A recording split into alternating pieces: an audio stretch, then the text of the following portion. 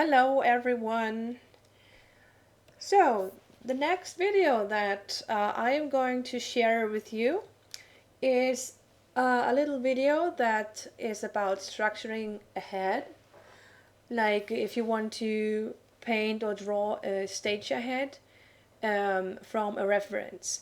And the special thing about this is that it is a student review, and it is helping a student who is very limited in the tools that he has.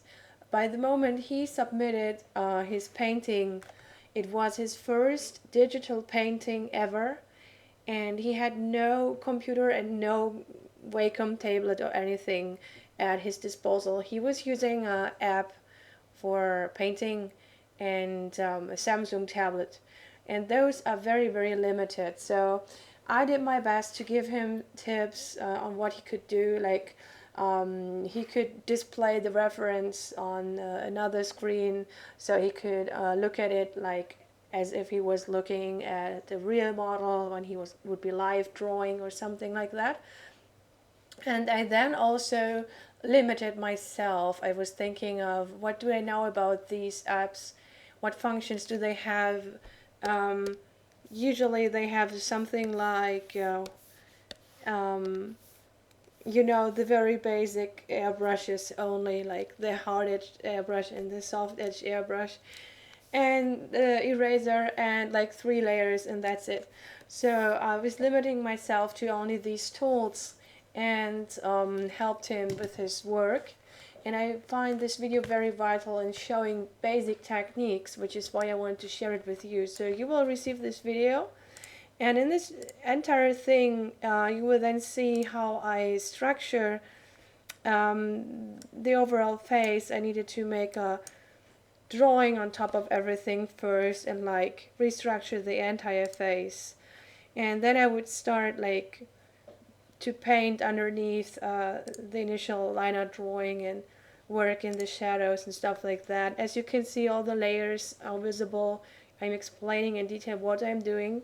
This is why this video is quite long, but I think it's one of my best teaching videos for this kind of matter that I made yet. I personally like this video very much, and this is why I want to share it with you, like I already mentioned.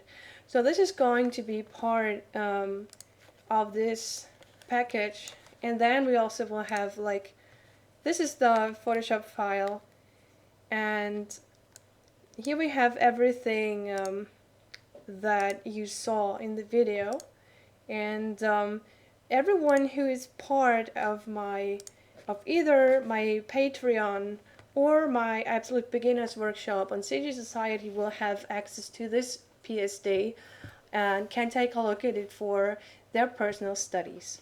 So I hope that you will enjoy this video, and if you have any requests or questions, just let me know. Bye bye. What I need to do now is I need to like put in some of the initial landmarks. Like he has this very interesting eye shape.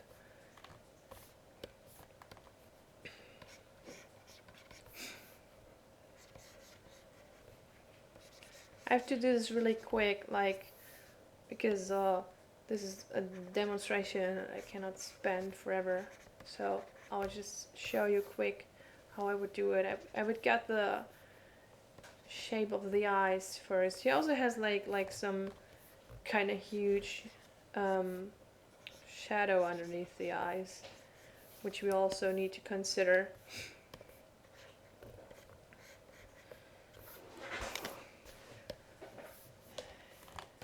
And then also, like,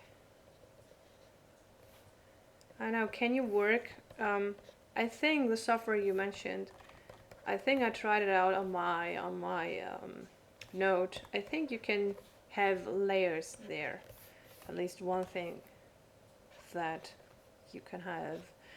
So you should actually be able to put some stuff on separate layers to make things easier for you, because I actually have to like make a drawing now on top um,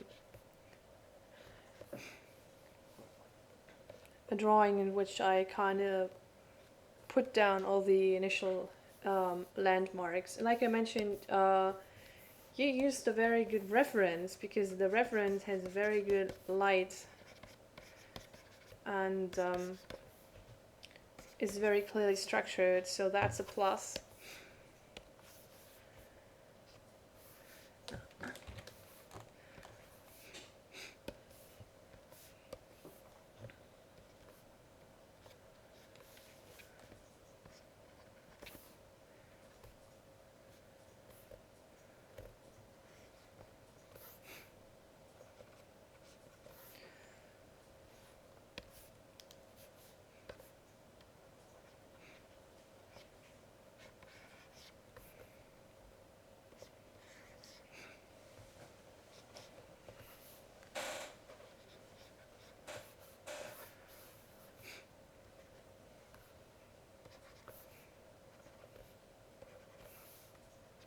So let's assume we have an opportunity to flip the reference.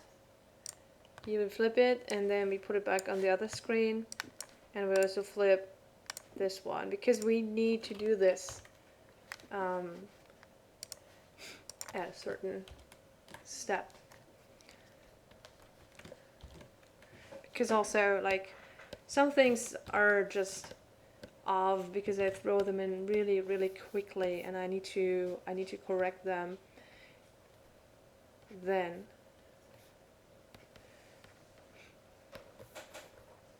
Also, take a look at what kind of options does your software have to warp stuff and to correct stuff.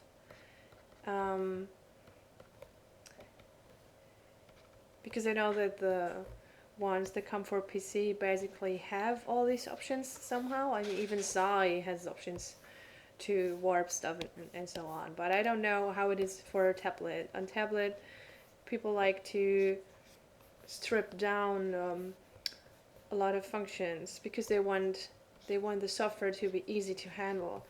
But to me, that's actually like a restriction. That's actually like a reason. Like mentioned, I'm not really using my note because I feel that I'm better off with a pencil because of all the restrictions. So basically, we want to, as you can see here, put down the structure of this face.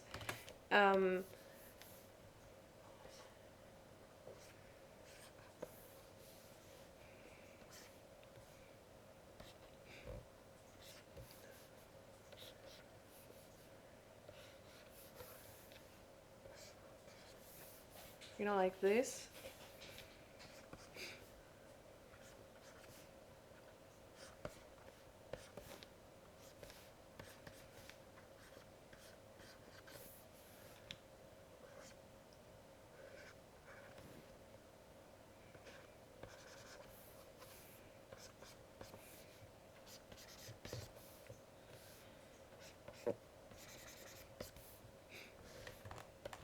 And I think it needs to have a little more neck here. And then again, edge control. I'm doing this with the brush now on purpose to show you that you can also do edge control with the brush. You don't need the smudge tool. You can do it with a brush also if you don't have a smudge tool at hand. And we need to include the other ear. The other ear is missing. So something like this, and then just instead of the smudge tool, I just shape stuff with a brush. Works the same. So basically this would be about finding ways to use the Photoshop techniques in a different software, in another software. Alright, so the nose, also very important. We haven't put this down yet. We have a shadow pocket here, and then also here, this structure. So I'm very much going into drawing now to make this easier for you. This is like using a completely different technique in a way. So you're basically creating something that you can use to color in. But for that, it would be good if you could work with layers, because I would actually do my coloring underneath the outlines, not on top of the outlines, underneath, because when you do it on top, they will disappear, the outlines, and then you have the same problem yet again, that you cannot see the facial structures properly anymore, you know? Okay.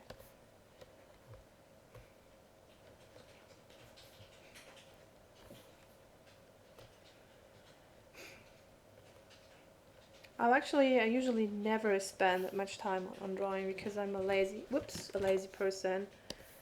But here I feel that it is necessary to explore different ways of working when we are restricted in a certain way.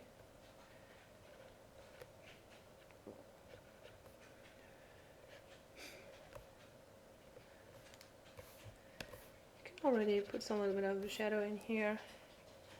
This will help the eye. We can even go so far like here by this side. Here we also have a shadow area. Put this in also. And I'm looking at I'm looking up each time I want to compare the reference with the painting. So I'm not making an overpainting, I'm looking up instead to my computer screen where we have the reference, alright? And then we have a little shadow pocket here, and also here.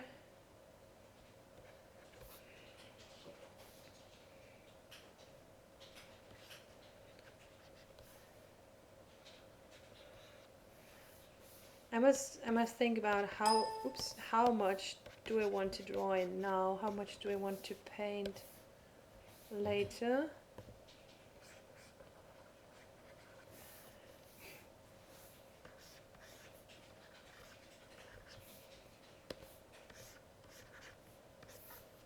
I like this, it's actually kind of relaxing.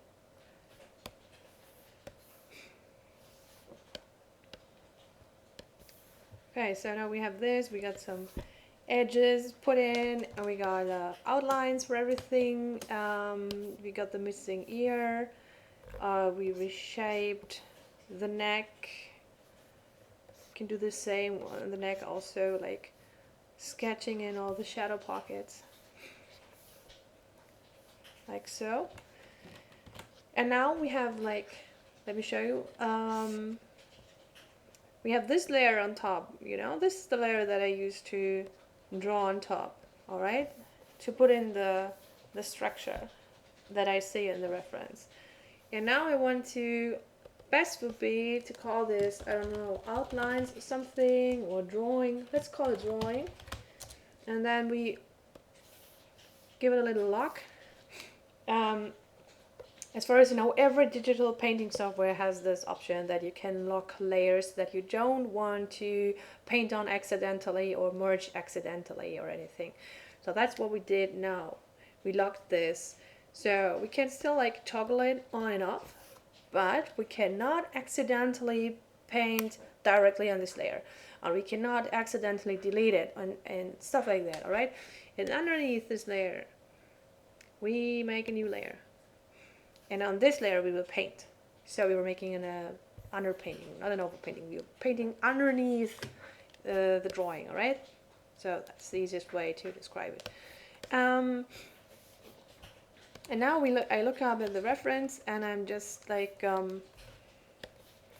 yeah, because you're using texture brushes as well, I would just pick some random texture brushes from Photoshop to kind of emulate what you did. What we can do within the process of working is reduce the opacity of the sketch layer, the drawing layer.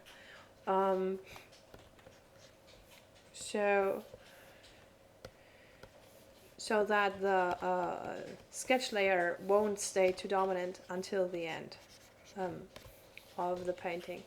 So, as mentioned,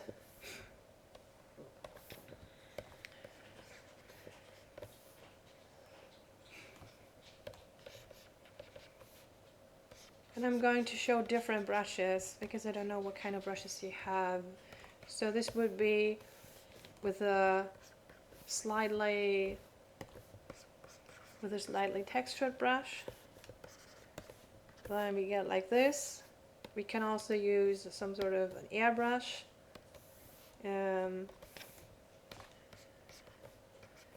If we want to soften it up a little bit. And then we have a little lock here. We unlock this for a moment. And let's see. I don't want this to be too dominant. What if it's like this? 69%, and we lock it again. So now it's not too dominant, but we still see anything. And we resume working underneath. So this is like coloring stuff in. I'm very tempted to paint on top, but I don't want you to do it just yet. Because I don't want you to lose all the structure again, like you did before.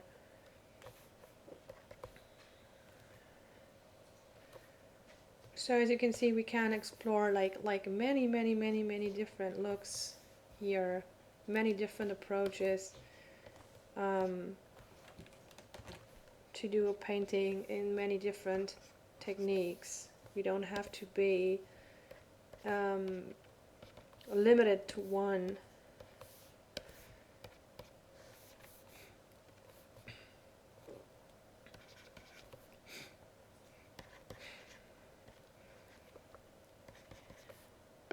This guy doesn't really have eyes, so this would be like an airbrush in between, and then you have something like a bristle brush. I have too many brushes. I think this one, that's like a bristle brush.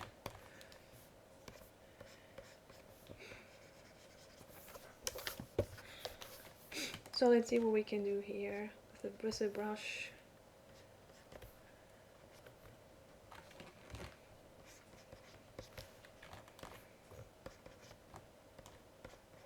Ah, here we go.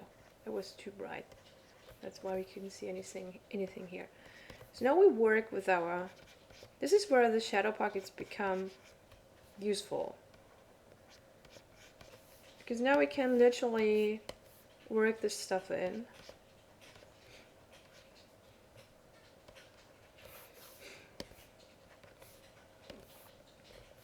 And this is why, by the way, many people who teach painting will stress you that starting out with a proper drawing is very important, because then you can, work stuff in like this.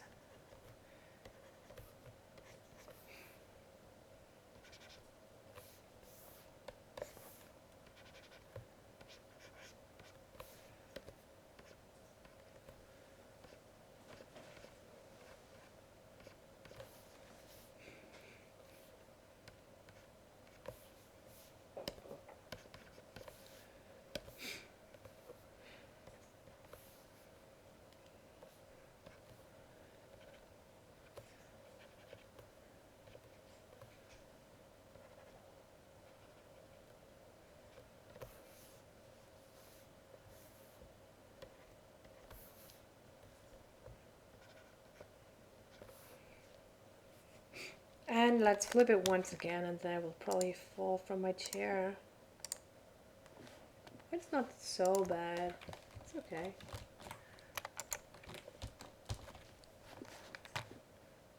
I have to flip the reference as well. You cannot see it. It's on the other screen, remember, but I have, of course, to flip the reference as well. So I have to unlock the drawing layer for a moment because I spotted an error. Okay. Lock it again.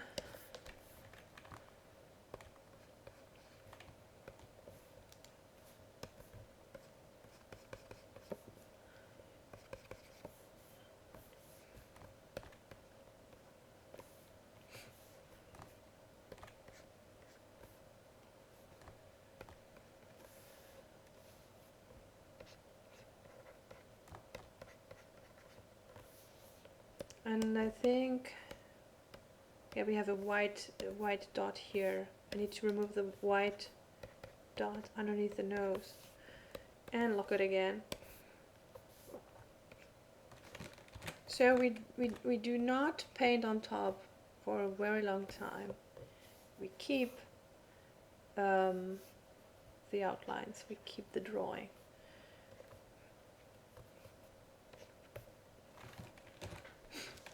Hello? Ah.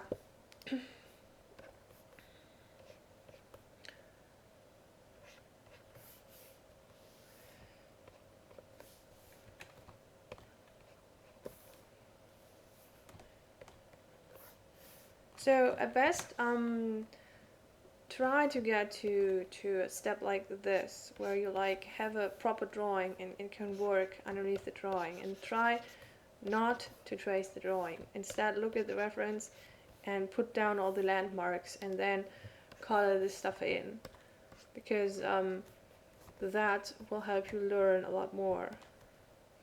So here we have the shadow.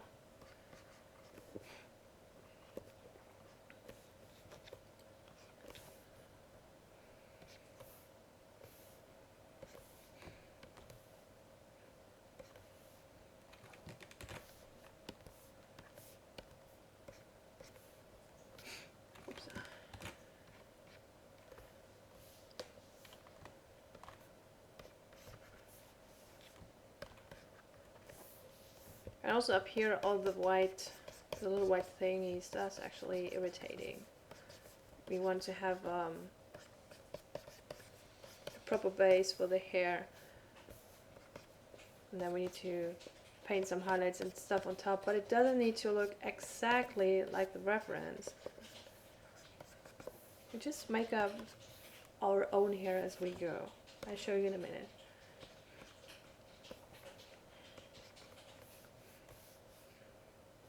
So now we have this. This is now very clearly structured.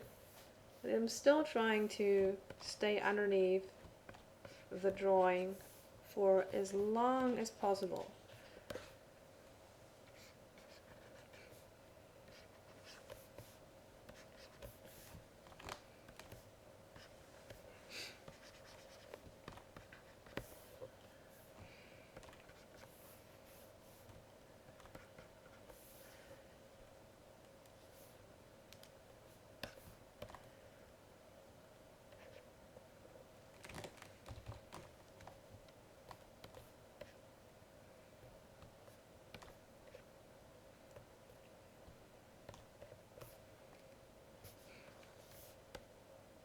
So you can see what we did, how we worked towards this look step by step, but also like the hair.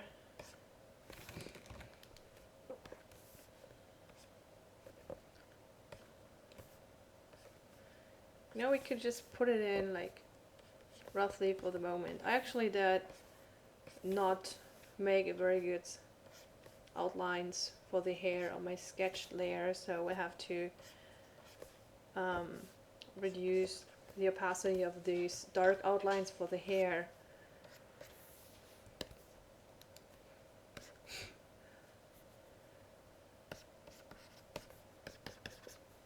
Here we have some highlights now. And now I have to unlock this and take this back a little bit. It looks a little better, little better organized. You can do this with pretty much any software. Pretty much any software has this control for the eraser, that you can have the eraser be a soft airbrush. With that you can like take back stuff that you already painted in. Like if I want to reduce the opacity of the hair at certain areas, I can push it back by using the eraser.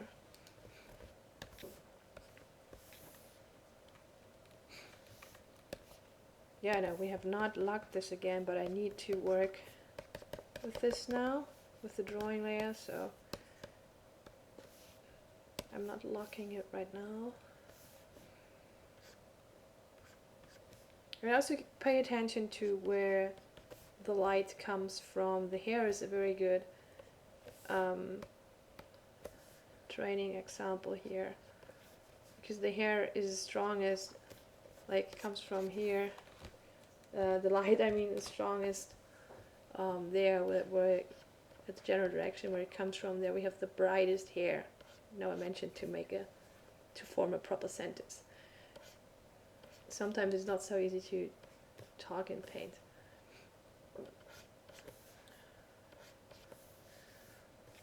So you see we're working in some basic hair quick, pushing it back with the eraser here and there, because then it doesn't look so flat, because it won't have the same highlight. It won't have the same highlight intensity everywhere, just at selected spots. And this is just a normal bristle brush. Like, you know, bristle brushes are like digital bristle brushes. Like when you draw them across the canvas, they do something like this here. This is a bristle brush. And pretty much every software for painting that you can get lately tries to emulate bristle brushes. So they all should have something like that somewhere. So it's very, very bright here to the right now. The right is actually a lot darker. Then we have the shadow, and I just paint some shadow on top.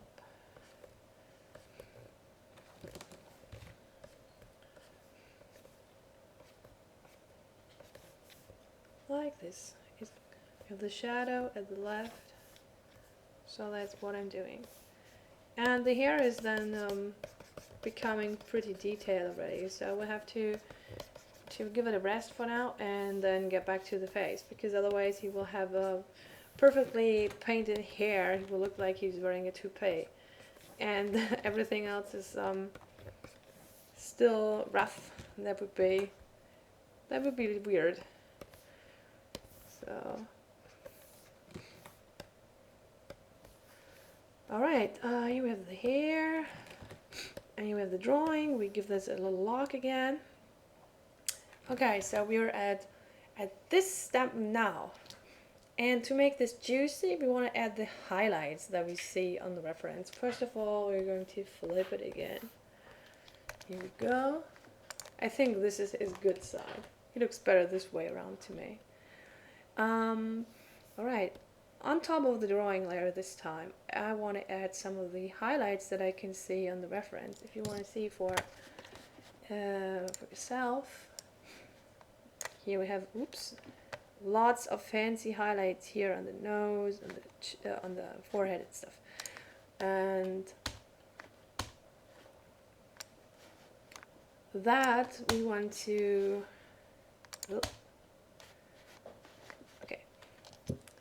that we want to work in now.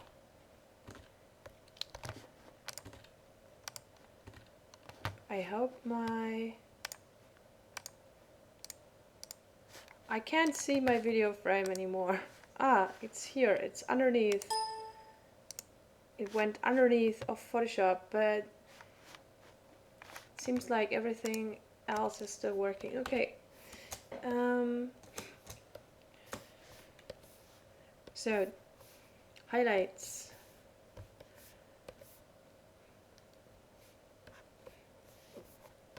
So we do see a lot of fancy highlights, like here on the nose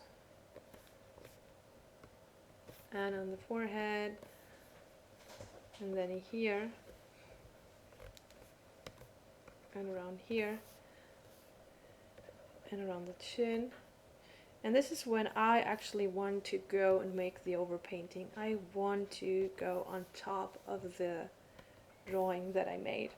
But I still want to incorporate the drawing into the painting. So instead of painting over it and make it disappear completely, I want to work alongside the shapes of the drawing. So now we put in a few of these highlights and it's very juicy already, but we want to do some more we want to do some blending. Now it's time for blending. So we work alongside the drawing that we had made, refining everything.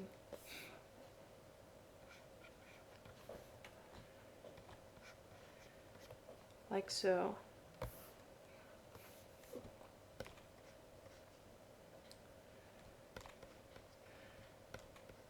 See, we do still keep like elements of the drawing because they help us shape the painting.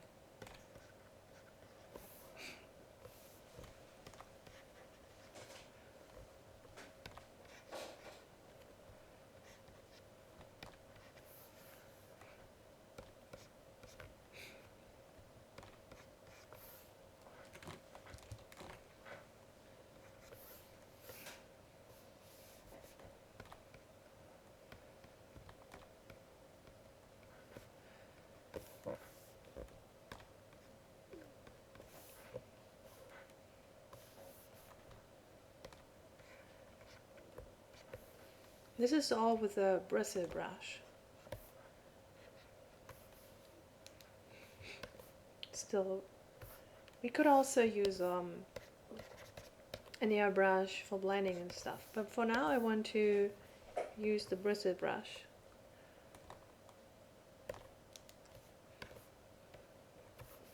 But then probably one of the last steps you would probably use something like a airbrush for blending, because that's something every painting software has, airbrushes.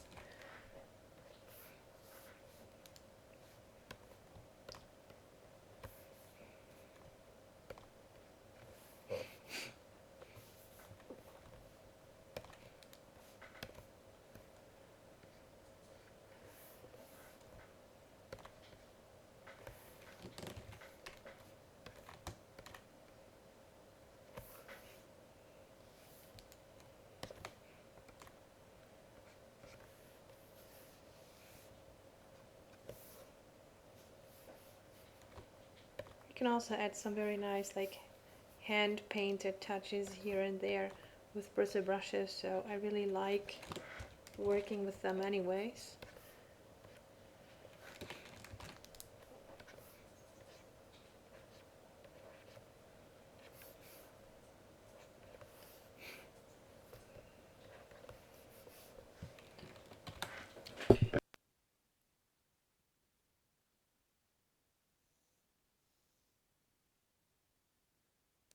And now to speed this up, I want to show you how, for the last step, I want to show you how you can use an airbrush to give this a finished look very quickly. Alright, here we have the highlights. I will work like underneath the highlights because we want to keep the highlights. Highlights, okay, and little lock. And this is the in-between layer where we painted on top of the drawing. Alright, here we made the overpainting. Okay, new layer. I call this one Overpainting on top of drawing. Okay, here we are. So, like mentioned, most software does have. I just want to know something. Did I? No, that's actually from the original. Okay, most software. Let me fix this quick. Has some sort of airbrush. In fact, they all kind of do, because that's the very basics with which all the digital painting software started out, and I already got a layer here. So we use an airbrush. We pick an airbrush, and we want one that really like, we have like different options, as you can see here. They all do different stuff. This one, you know, some are very, very thin. To me, they kind of all look the same right now. I don't know why. But usually, This one usually becomes, here you can see, pretty thin somewhere in the middle, and this one just stays evenly thick, and that's what we want, because we want like broad, even paint. And his hair is indeed still bothering me up here. It's the little detail. Okay, so what we will do is airbrush, reduce the opacity, find out how much you need at your software. I went down to 33% now, and I'm going to do some color blending now on top of everything. And it's important that you work with reduced opacity, because what we want to do is we want to work with the drawing, like I mentioned before, but we don't want to lose every information that we have in the drawing. We don't want to lose all the information. We want to work alongside the information that we have here. So we work on top very carefully as we do some of the blending. You don't need to blend with an airbrush. You can also do everything with hard edged brushes. It would work very fine on him because he's like it's a man, a male figure, a male face. So hard edges work pretty well on male faces. However, this is just to show you like this is to show you the entire spectrum that you have, so you know all your options.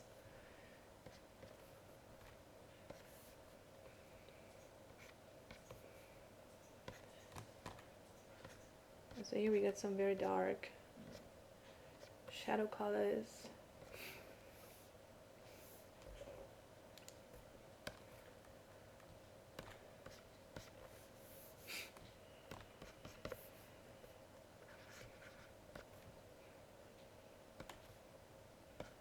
Here it actually becomes lighter up here because we have a strong light source from up there, and you can see here like how this is making everything softer and look more like skin and stuff like that. You can also do blending with a brisket brush, then it won't look as soft, like so.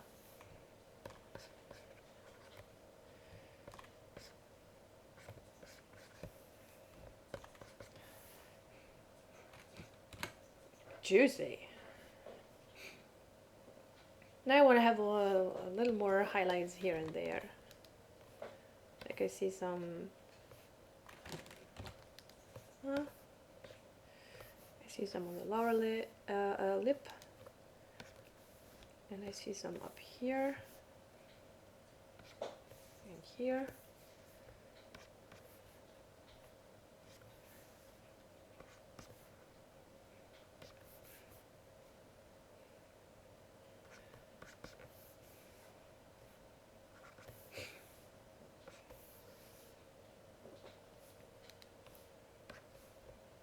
Here we have some bounce light.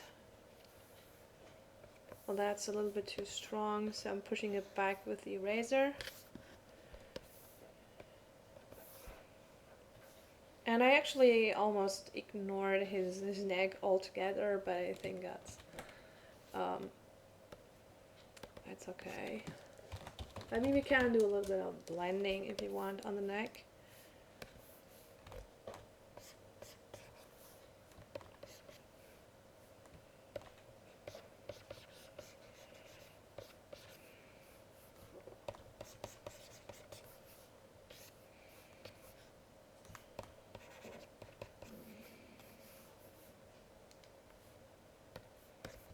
And the ear is a little broken. Actually, we completely forgot to put in some stuff for the ears.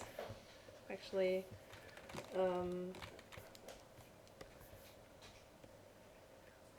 should have put in some outlines. And also here.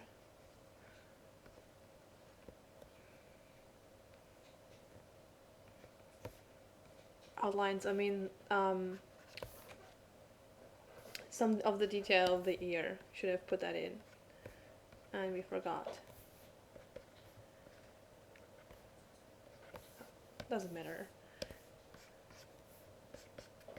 Just like so. It doesn't matter that much right now. It's okay. You will survive. Oops. So all that's the blending layer. Now we should have everything pretty much put down. We should have everything covered pretty much now that you can do with just pretty much without smudge tool most of the time. Just using bristle brushes and airbrushes to show you how this can be done. I want to juice up the hair a little more. We have some very nice highlights here at the very top, and I want some of them here. No, it's like we have some very thin strands of hair.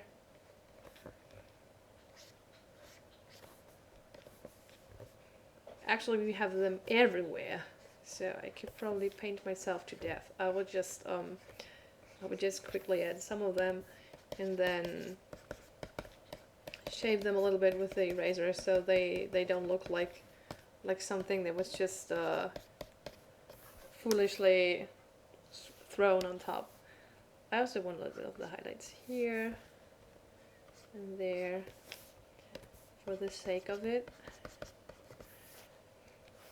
Yeah, I have an obsession with hair. I'm sorry. I have a tendency again of painting photorealistic hair on a stage. I'm sorry. Here we need some more darks. Actually, we need some pretty darks here. Here we have some of the darkest shadows that I see are actually here in the hair.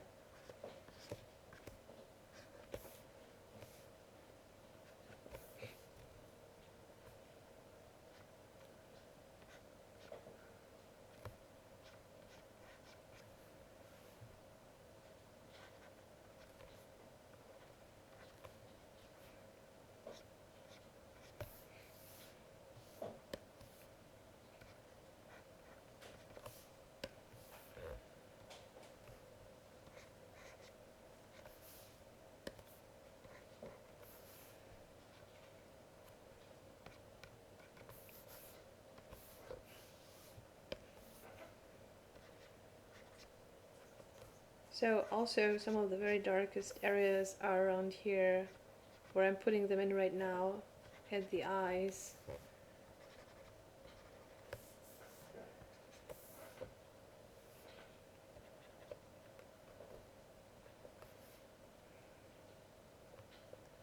And here, that we got already. And there. This one is not so dark.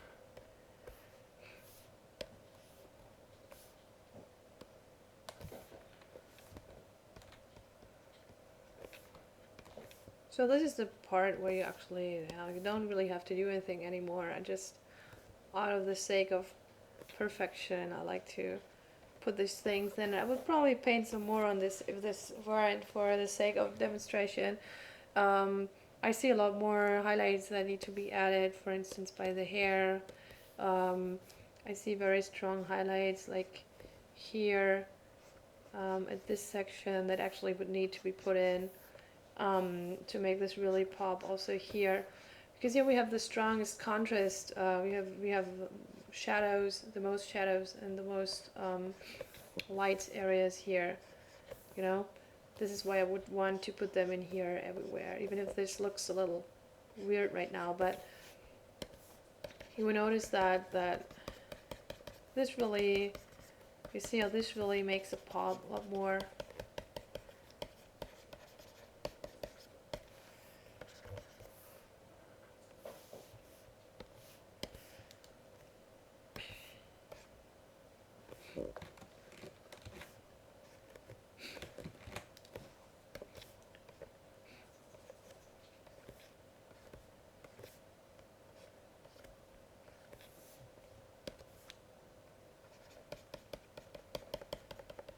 Okay, now I like it a lot more.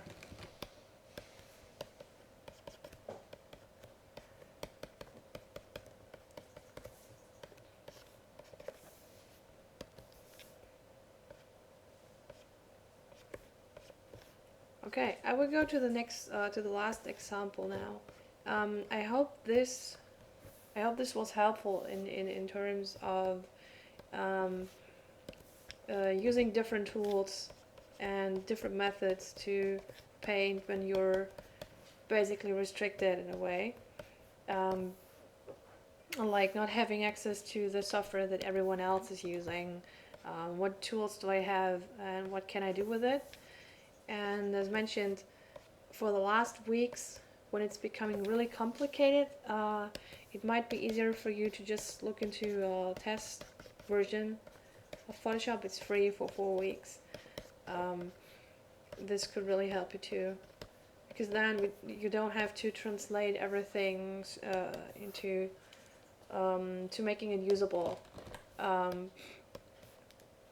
with the software that you got. I saved the PSD, so I will be able to share this with you on the forums. And I might work on this some more in my free time, don't know yet. Okay. Napoleon.